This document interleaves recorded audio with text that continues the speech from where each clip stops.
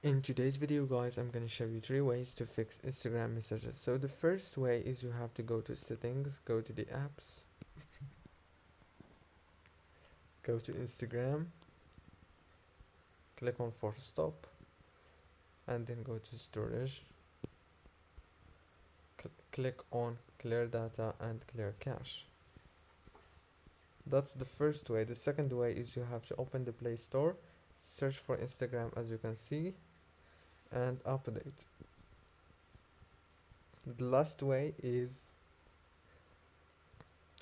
you have to restart your phone. Very easy and simple. So don't forget to like, subscribe, and thank you for watching this tutorial.